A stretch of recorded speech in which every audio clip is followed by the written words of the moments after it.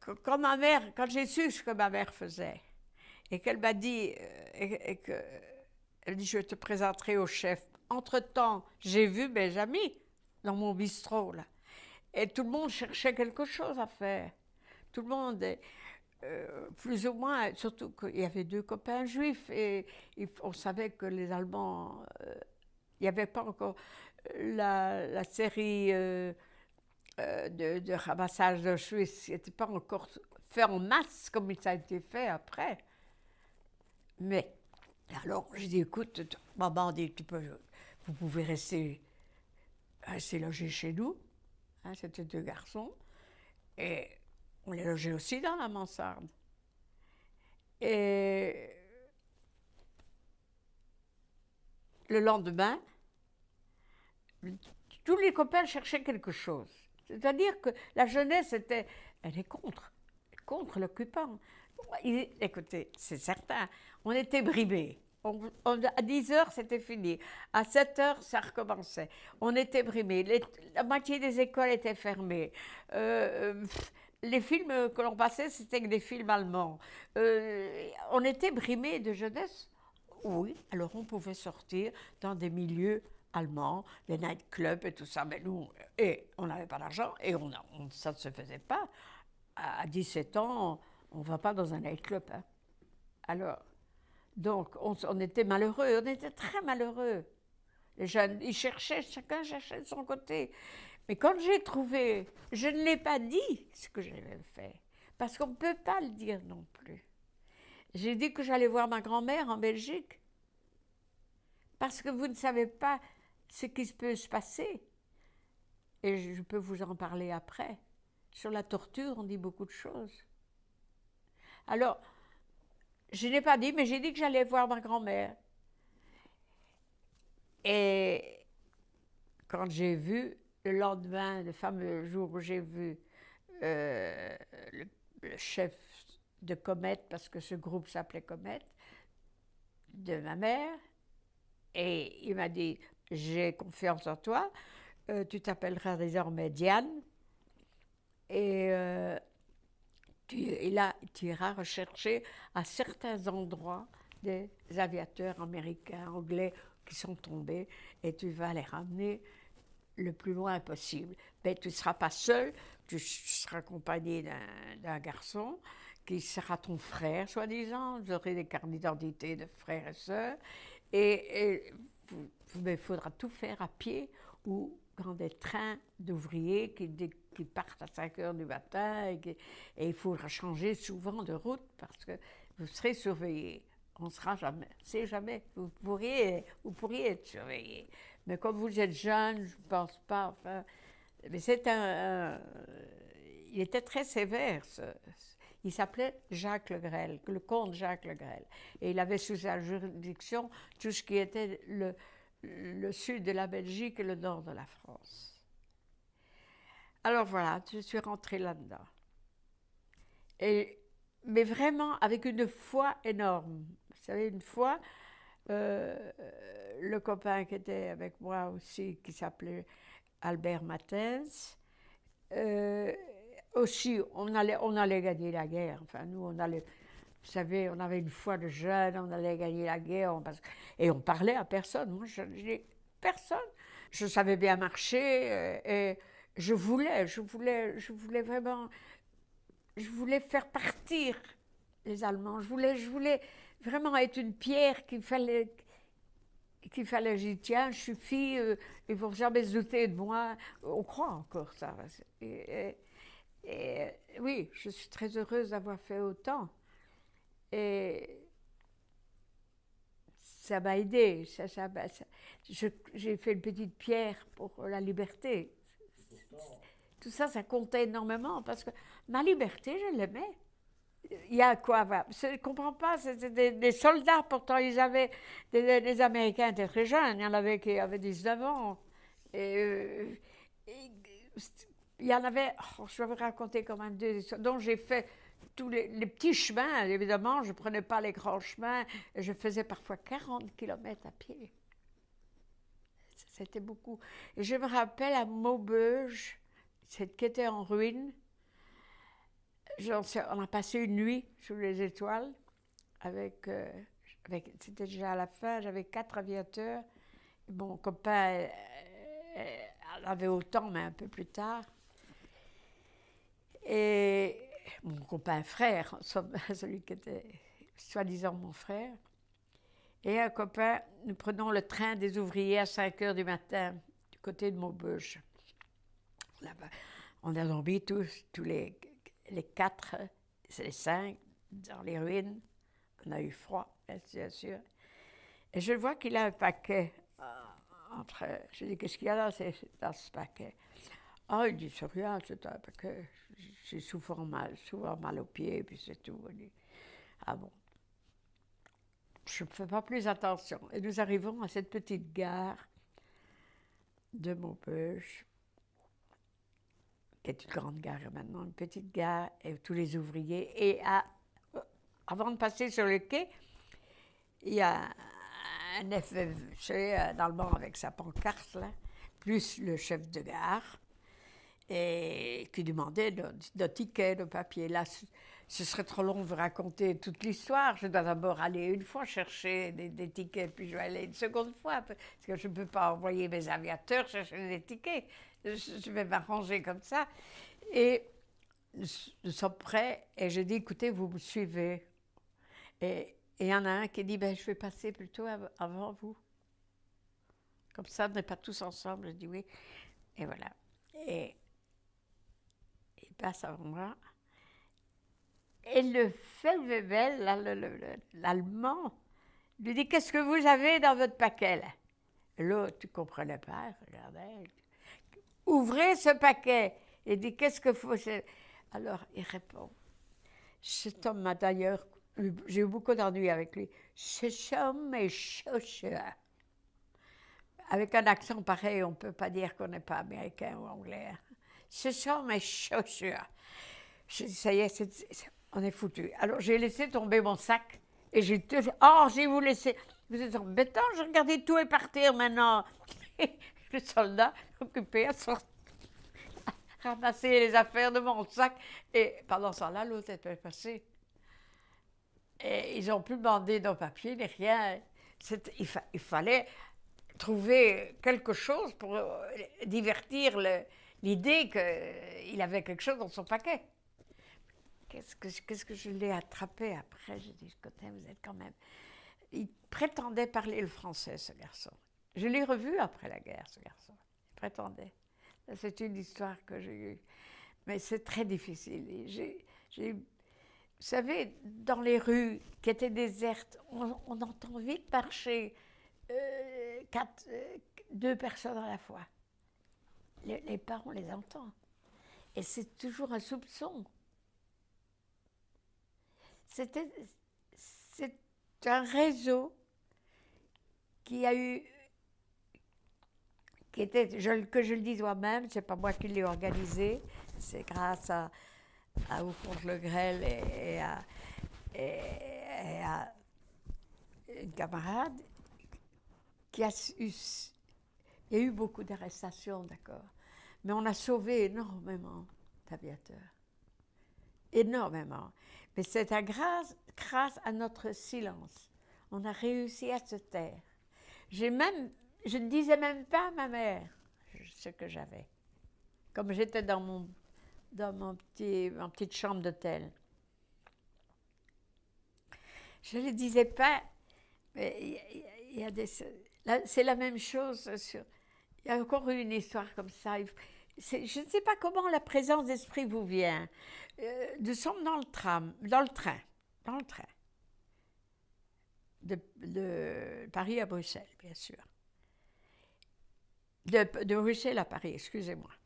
Et dans le train, je mettais toujours mes aviateurs dans la cabine, parce que les trains étaient bourrés, alors on se tenait debout dans le couloir. Et moi, je me tenais debout dans le couloir, parce qu'alors, je voyais tout ce qui se passait dans la cabine. Et mes 2 aviateurs étaient là.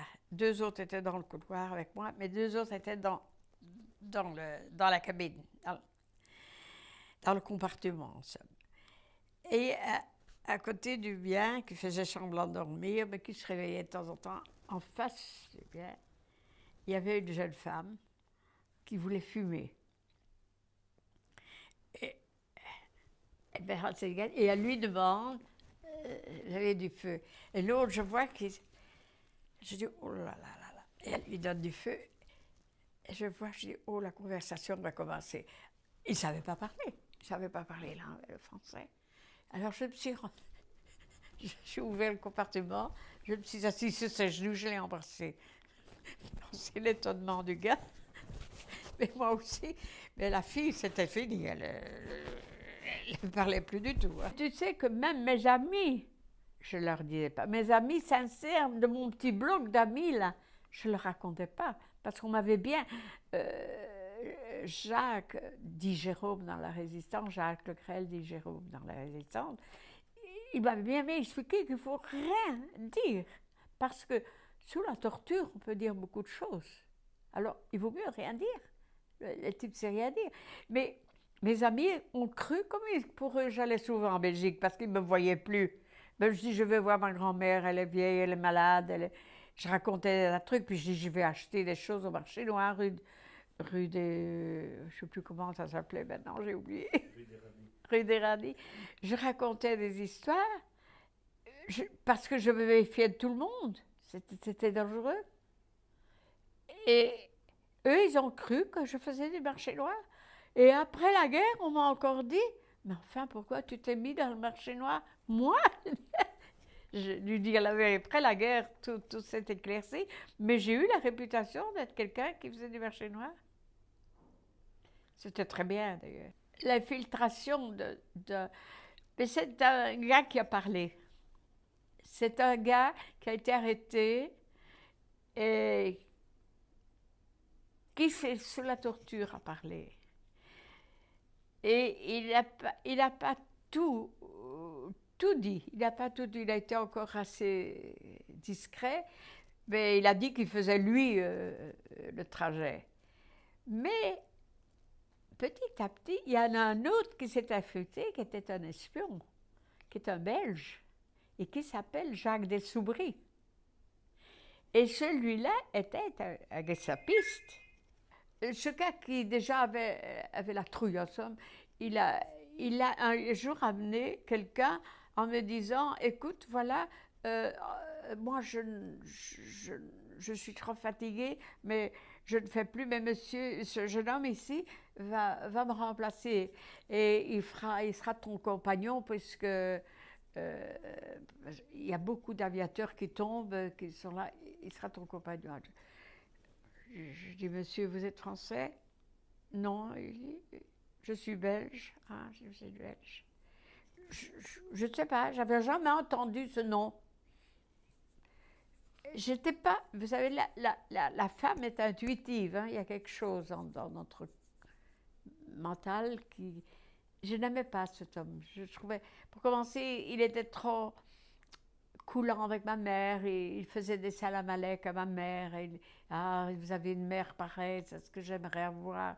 Je n'aimais pas.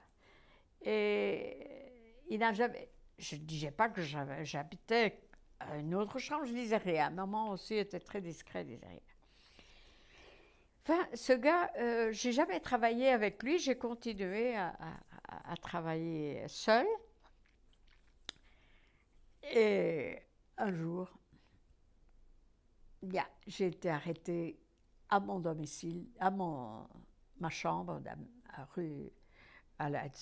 vers l'Étoile, la chambre d'hôtel, et maman a été arrêtée le même jour chez elle. Mon père, comme je vous avais dit, il se cachait, hein. Donc, mon père. Nous avons été arrêtés toutes les deux le même jour, chacune dans une voiture. Il était vraiment impossible de se communiquer.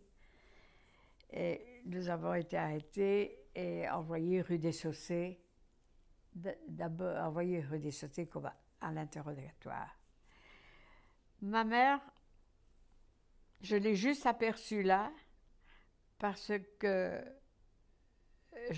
elle passait dans le couloir, et moi, l'officier qui m'interrogeait, me disait, qu'est-ce qu'on a retrouvé dans vos papiers, un ticket pour aller à Lille, qu'est-ce que vous allez faire à Lille?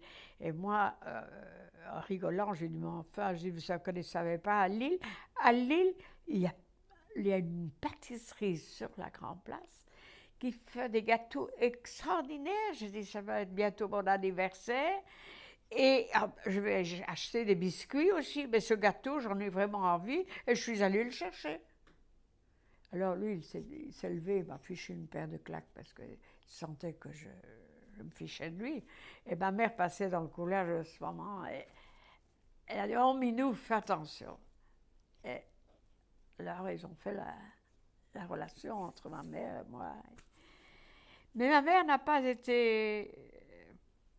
Elle n'était pas... C'est drôle à dire, mais elle était moins importante parce qu'elle restait chez elle. Tandis que moi, j'allais de point dans différentes habitations chercher les aviateurs. Donc, je connaissais presque tout le réseau. Pas presque, presque. J'allais beaucoup dans d'autres réseaux, dans d'autres maisons, chercher mes aviateurs.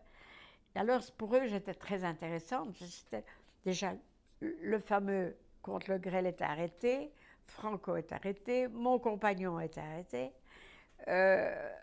Donc, j'étais un personnage important. Pour eux, j'étais importante.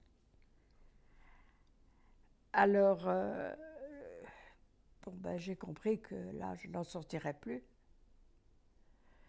Et j'ai été mise en cellule au secret, à Fresnes, au secret, pendant 3 mois, à la lumière, toujours allumée. Bon, je ne vais pas vous parler des tortures, mais c'est quand même des tortures. Passer à la baignoire, c'est quelque chose de terrible. C'est vous noyer, et, vous ressortir tout juste avant que le cœur s'arrête. C'est très dur. C'est très dur. Et se battre, être battu, c'est incompréhensible. C'est ce dos qui est meurtri, qu'on vous jette dans l'eau. Alors,